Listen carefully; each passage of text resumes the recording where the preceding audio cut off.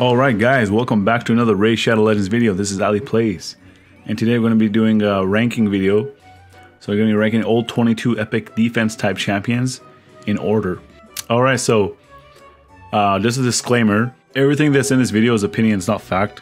So just because the champion is rated very low does not mean that they are not good, even though there are some not good ones here. Like these three. Yeah, so let me know down in the comment section what your list would look like. And yeah, let's get started. Let's do this. So number 22, I got Deathless. 21, we got Tishara. 20, we got Grim Skin. I think we can all agree on that those champions are not very good. We got Lich. Lich has its uses. We got Vergus at number 18. 17, we have Jizzo. I mean, Jizzo, not Jizzo. 16, we have Grizzled Jarl. 15, we have Rockbreaker. 14, we have Canoness. 13, we have Oathbound. 12, we have Seneschal. And 11, we have Warden. So at number 10, I think you guys already saw who it is. We have Rain Beast, or Rain Beast. I know you guys like me to say Rain Beast instead of Ryan. So Rain Beast is a beast, but he is kind of overrated. I did put him in my top 10 because he dominates bronze and silver arena. So that's why he's my top 10 list. He is kind of overrated because he is very easy if you have heal reduction champions.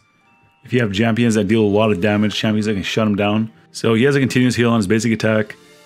So he applies it to the ally with the lowest HP for 1 turn. Open Slay, attacks one enemy twice and revives around an ally with full HP if the attack kills the enemy. This rarely happens. Honestly, I've never even seen it with my Rain Beast, man. I've actually never even killed an enemy with this ability. It's usually with his basic attack. And yeah, I don't think I've ever killed anybody with that. And it's a 5-turn cooldown too. And it glows as his passive ability. When an ally is attacked, he places a shield buff equal to 35% of this champion's max HP on the ally for 2 turns. And it occurs once per turn. So yeah, Rain Beast is like, you guys like newer players probably think he's like ranked like number 1 because of how much trouble you guys had with him. If you guys had any trouble with him. I know there's a lot of people that had troubles with him. But once you learn how to fight him, he's very, very easy. So number 9, we're going to go to the Sacred Order, where we have Romero. Now originally I had Rain Beast ahead of Romero. And then my brother was trying to convince me that Romero was better, so I just moved up Romero to number 9. So Romero's A1, he attacks when an enemy places a 7.5% continuous heal buff on the ally with the lowest HP for 1 turn. So that is basically like Rain Beast's A1. Damage is also based on defense. His A2, he places a 15% continuous heal buff on all allies for 2 turns. And he steals 1 buff from a random enemy. So it seems like he has more utility all around in the game other than arena, like Rain Beast.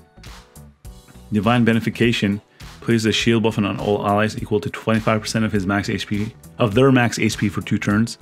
And he places a 30% increased defense buff on the champion for 2 turns. So the way that he could have been ranked higher if this was based on his max HP as opposed to his allies' max HP.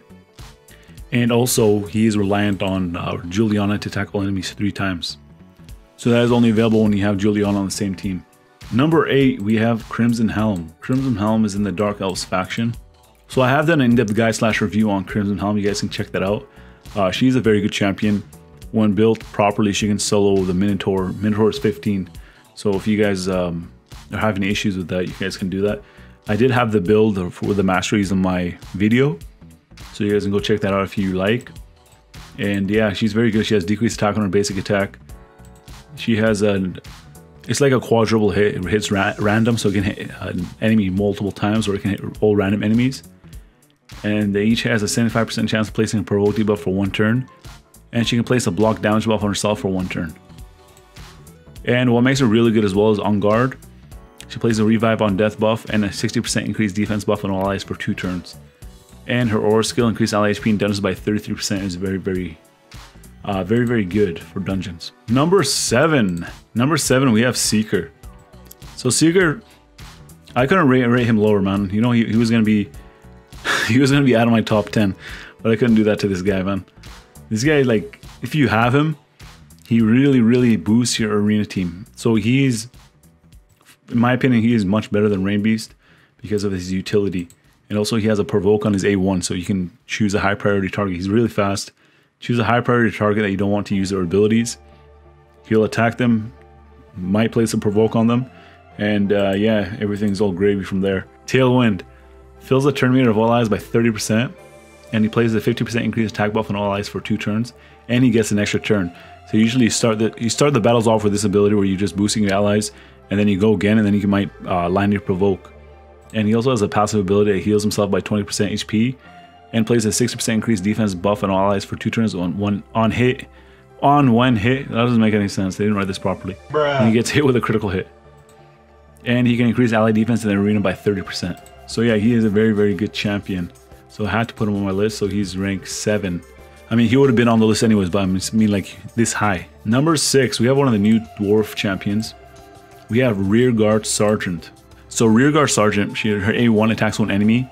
She has a 40% chance of placing a 60% decreased defense debuff for 2 turns. That is okay. Her damage is based on defense, so that's very good. What sets her apart is A2 and A3. So she has an AoE that has a chance to place, has a 50% chance to place decreased attack debuff for 2 turns. And she gets healed by 25% of the damage inflicted. And damage is based on defense. She's going to be hitting very hard. You don't have to build any lifesteal with her because of this ability right here. And if you max it out, it's going to be a 3-turn cooldown, which is amazing.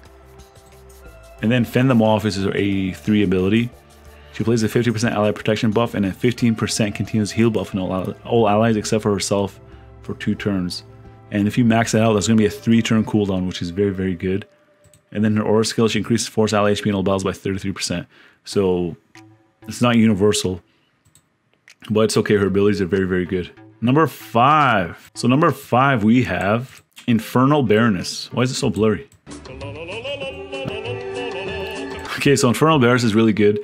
When she first came out, I made a video going over her, and I had issues with her, how her damage was based on her attack. But now Plarium have switched it, so her damage is now based on defense. So she is much, much better. She has an AoE that heals the ally with the lowest HP by 5% of the damage inflicted. When paired with Skullcrusher, there's like some cheese going on where she can not solo, I mean, she help you clear Spider's 20. And then she has another AoE that has a 50% chance of placing a 50% decreased attack debuff on all enemies for 2 turns. And when maxed out, that's a 3-turn cooldown.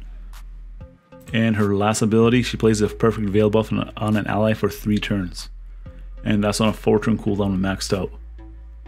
So she's one of the better veil champions, even though those champions kind of disappeared. But I feel like they will be making an appearance in the future. So next up we have Payo. Still, I had an issue with this, like number 4, 5, and 6 was hard for me to decide. I had to like go through giving them points based on their abilities. So that's the reason why they are ranked this way. So Payo's A1, she attacks one enemy 2 times. If the attack is critical, she has an 85% chance of placing a 50% decreased attack debuff on all enemies for 2 turns. Placing a decreased attack on all enemies is amazing. That's why she's on this list and why she's number 4 on the list. She has an AoE that has a 35% chance of placing a 50% decreased accuracy debuff for 2 turns. That is very good for faction wars. Appropriate. I don't know which one they want to use. She attacks one enemy, removes all buffs from the target, and places them on this champion. So yeah, that is very good. She's basically stealing buffs, so she can be used in the keeps, Spirit and Magic Keep. And yeah, she's a very, very good champion. So she's number 4 on my list. Number 3. Let's move on. Let's go back to Sacred Order.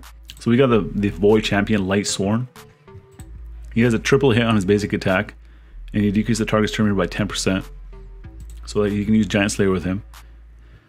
His A2, he attacks one enemy, places a 50% decreased attack debuff and a 30% decreased speed debuff for 2 turns. So we got 2 debuffs right there, decreased attack and decreased speed. And Indomitable, places a 60% increased defense buff and a revive on death buff on all allies for 2 turns on a 4-turn cooldown and maxed out. So he is a very good champion. I have done an in-depth guide / review on him. If you guys want, you guys can go check that out. So now we're moving on to the top 2. Top 2 might be a little controversial. Let's go to the High Elves. So top 2. Number 2, we have Tyrell. So Tyrell will probably be ranked number 1 on a lot of you guys' list. But I'll explain why he is not number 1 once I get to the number 1. So Tyrell has a double hit on his basic attack. Each hit has a 40% chance of placing a 50% decrease attack debuff for 2 turns. Damage inflicted is proportional to defense. So yeah, he is a very, very tanky champion, capable of dealing a lot of damage. And he's usable in many areas of the game. He has an AoE that has a 75% chance of placing a decreased defense debuff for 2 turns. If the target is under a decreased attack debuff, it will place a sleeve debuff for 1 turn. And his A3 attacks one enemy, decrease the target's turn meter by 50%. If the attack fully depletes the turn meter, it will place a stun debuff for 2 turns. Damage inflicted is proportional to defense. And he has a universal aura skill, increase ally defense in all battles by 25%. So yeah, he was almost number 1 on my list until I realized that Skullcrusher should be number 1. So let's explain why Skullcrusher is number 1. So we're not even going to worry about his A1. Just has a heal reduction on his ability. We're going to talk about his this ability, Stone Wall. He plays ally protection, plays a 50% ally protection buff on all allies except himself for 2 turns. And he plays a counterattack buff on all allies except for himself for 2 turns. And he places an unkillable buff on himself for 1 turn. So while he's tanking, he cannot be killed at that point. So what makes him number 1 in my books is that there are only 3 AoE counterattack champions and 2 of them are legendaries. And he is the only epic one. So we have Martyr and we have Valkyrie. And the third one is an epic, and that's Skullcrusher. So counterattack is amazing. It takes your team to a whole new level in every facet of the game. We're talking about arena, we're talking about dungeons, we're talking about clan boss. Everywhere in the game you guys can use this guy. Faction wars, I know a lot of people don't like faction wars. I don't like faction wars, but if you have this guy, he's amazing in faction wars.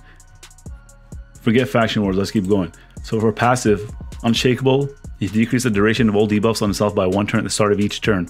So if you're using this guy in clan boss and he gets stunned, guess what's going to happen next turn? His stun's gone. Not his next turn, when he gets his turn, while he has a stun, he's going to be gone.